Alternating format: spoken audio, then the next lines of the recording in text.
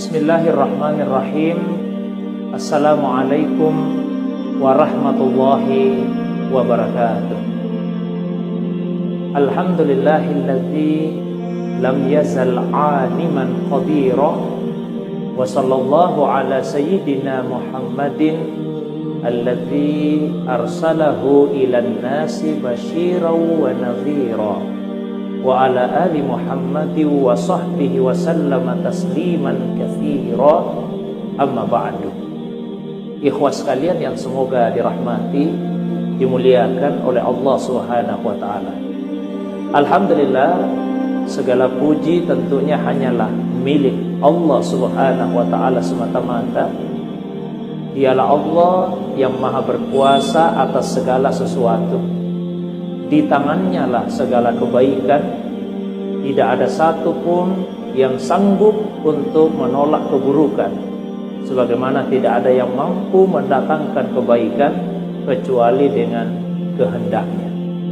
Salawat dan begitu pula salam semoga Allah curahkan kepada kekasih kita Rasulullah Muhammad sallallahu alaihi wasallam. Begitu pula kepada keluarga, para sahabat dan juga pengikutnya yang senantiasa istiqamah menghidupkan sunnah Nabi sallallahu alaihi wasallam dan senantiasa menyampaikan dakwah di tengah-tengah umat. Ikhwah yang dirahmati, dimuliakan oleh Allah Subhanahu wa taala. Insyaallah pada kajian hadis kita kali ini sama-sama kita akan membahas sebuah hadis yang diriwayatkan oleh Imam Al-Bukhari dari sahabat Nabi sallallahu alaihi wasallam, yaitu Nu'man bin Bashir. Hadis yang menjelaskan tentang keutamaan dakwah.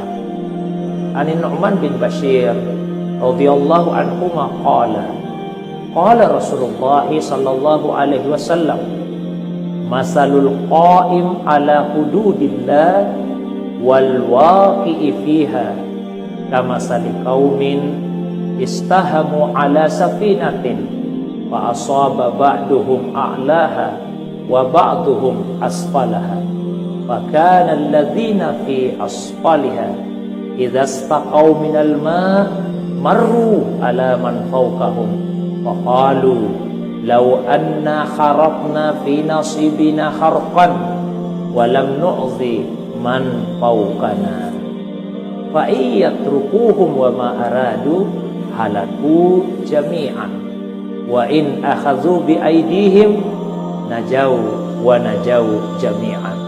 Akhrajahul Bukhari. Yang artinya dari Nu'man bin Bashir, semoga Allah meridainya, ia berkata, Rasulullah SAW pernah bersabda, perumpamaan orang yang melaksanakan, menegakkan hukum-hukum Allah Subhanahu wa taala dengan orang yang melanggar batasan-batasan Allah Subhanahu wa taala adalah seperti satu kaum atau sekelompok orang yang mengadakan pengundian untuk menentukan tempat di atas sebuah perahu. Maka sebagian dari orang tersebut mendapatkan tempat di bagian atas, sebagian yang lain mendapatkan tempat di bagian bawah. Maka orang-orang yang mendapatkan tempat di bagian bawah, apabila membutuhkan air untuk minum, mereka harus naik ke atas. Lalu mereka berkata, seandainya kita membuat satu lubang di bagian kita di bawah, sehingga tidak usah lagi naik, yang bisa mengganggu orang yang di atas. Maka jika orang-orang yang di atas membiarkan orang yang di bawah melakukan apa yang mereka inginkan, semua akan binasa. Namun jika orang yang di atas menghalangi orang yang di bawah, mereka selamat dan mereka semua akan selamat. Hadis riwayat Bukhari. Hadis ini disampaikan oleh Rasul dalam bentuk masal, dalam bentuk perumpamaan. Memang ada sekian banyak gaya, metode yang Nabi sampaikan dalam memberikan pengajaran. Salah satunya adalah dalam bentuk perumpamaan. Karena dengan perumpamaan itu akan lebih mendatangkan kesan yang mendalam di dalam hati. Nabi sampaikan perumpamaan dalam hadis tadi tentang orang yang melanggar dan orang yang melaksanakan, menegakkan hukum Allah. Disampaikan bahwa orang yang melanggar hukum-hukum Allah ibaratnya seperti orang yang mau membocori sebuah perahu dengan alasan, toh kita tidak mengganggu orang yang di atas. Tapi jika itu dibiarkan, maka yang akan tenggelam tentu bukan orang yang di bawah saja, orang di atas pun juga akan tenggelam. Itu artinya bahwa dakwah sebetulnya bukan hanya untuk kepentingan orang yang didakwai, tapi dakwah juga adalah untuk kepentingan orang yang berdakwah. Karena ketika seseorang tidak lagi mau berdakwah, tidak mau mengajak orang lain kepada kebaikan, maka Allah akan mendatangkan azab, mendatangkan hukuman yang bersifat menyeluruh, yang tidak hanya mengenai pelaku dosa saja, orang yang durhaka, tapi semua akan kena. Wattaqu fitnatan la tusibanna alladzina zalamu minkum khassah wa'lamu annallaha syadidul iqab. Dan peliharalah diri kalian dari fitnah yang apabila Allah mendatangkan hukuman, maka hukuman itu akan bersifat menyeluruh mengenai semua orang. Dan ketahuilah sesungguhnya Allah itu sangat keras hukumannya.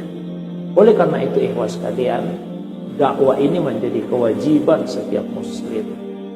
Dakwah adalah kewajiban. Meskipun sebagian ulama kita menyatakan kewajiban itu sifatnya adalah fardu kifayah. Nah, akan tetapi ada hal-hal yang setiap muslim itu wajib untuk menyampaikannya kepada orang lain. Tentu saja sebatas pengetahuan dan kemampuan yang dia miliki. Nah, dalam melakukan dakwah atau aktivitas amar ma'ruf nahi mungkar, menyuruh kepada yang baik, mencegah dari kemungkaran, tentu saja ada metode-metodenya. Dalam hadis Rasulullah menyampaikan, man ra'a minkum munkaran falyughayyirhu biyadihi. Barang siapa yang melihat satu kemungkaran, ubah kemungkaran itu dengan tangan. Tangan yang dimaksud adalah kekuasaan. Ini berlaku bagi orang yang punya kekuasaan, punya kewenangan. Jika misalnya pemimpin, penguasa melihat rakyat, orang yang dipimpin melakukan kemungkaran, ubahlah itu dengan kekuasaan yang dimiliki. Jangan malah para pemimpin dan penguasa justru melakukan kemungkaran. Faman lam yastati, dan fa'il lam yastati, bagi orang yang tidak mampu atau jika tidak bisa mengubah kemungkaran itu dengan tangan, bagi lisannya, ubahlah dengan lisan, dengan ucapan, dengan nasihat.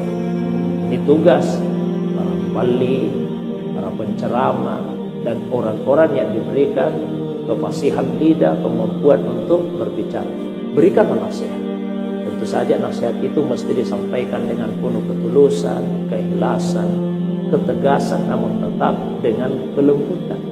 Sebagaimana Nabi Musa ketika mendakwai Fir'aun, Allah perintahkan supaya beliau menyampaikan nasihat itu dengan lembut, qaulan layyinan, ucapan yang lembut. Ini Nabi Musa berdakwah kepada Fir'aun tapi diperintah untuk lembut. Maka jika seorang pengemban dakwah ingin menasihati orang lain, ukur diri kita, bandingkan diri kita dengan Nabi Musa. Lebih baik mana, Nabi Musa atau diri kita? Tentu lebih baik Nabi Musa. Kemudian ukur orang yang mau didakwai dengan Fir'aun, lebih jahat mana, Fir'aun atau orang yang didakwai? Tentu lebih jahat Fir'aun. Nah, kalau orang sebaik Nabi Musa saja ketika berdakwah kepada Fir'aun, Allah perintahkan untuk lembut dalam tutur katanya, apatah lagi manusia seperti kita ini yang belum sebaik Nabi Musa dan akan berdakwah kepada orang yang belum sejahat itu. Bagaimana jika misalnya kefasihan lidah pun tidak dimiliki dalam dakwah? Maka Nabi sampaikan, fa'illam yastati fa bi qalbi. Jika tidak mampu berdakwah dengan lisan, dengan hati, dengan doa, mudah-mudahan Allah mengubah kemungkaran itu, menghadirkan orang yang sanggup untuk mengubahnya. Dan di dalam hati ada ketidaksenangan, ada ketidaksetujuan terhadap kemungkaran yang menimpa tersebut.